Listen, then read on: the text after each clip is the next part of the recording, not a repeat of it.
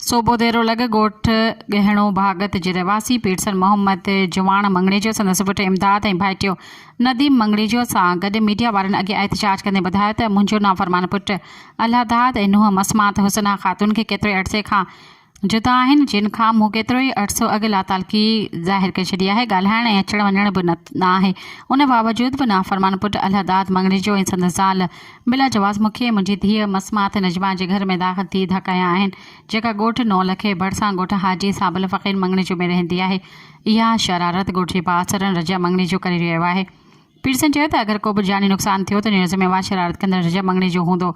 ॿिए तरफ़ पीरसन जवान मंगणेजो जो भाई टे नदीम मंगणेजो एहतजाज कंदे ॿुधायो त मुंहिंजो भाउ सिकंदर अली मंगणेजो जे घर में दाख़िल थी मज़कूरा जवाबदार अल्लाहदाद मंगणेजो ऐं संदसि घरवारी मसमात हुसना ख़ातून सूमर मंगणेजो वारनि धक हणी सिकंदर खे घर में घिरी ज़ख़्मी कयो आहे। मुतासिर कोठाणनि चयो त असांजो रज मंगणेजो ख़िलाफ़ु केस दाख़िल थियल आहे। इन केस तां हथु खणण लाइ असांजे घर में झेड़ो कराए रहियो आहे त जीअं ख़ूनारेज़ी थिए त पाण में विढ़ी तबाह थियण ऐं मुतासिरनि IG सिंध DIG सखर ऐं SSP खैरपुर खां घुर कई त जवाबदारनि ख़िलाफ़ु क़ानूनी क़दम खणी तहफ़ुज़ ॾिनो वञे ऐं इंसाफ़ फ़राहम कयो वञे।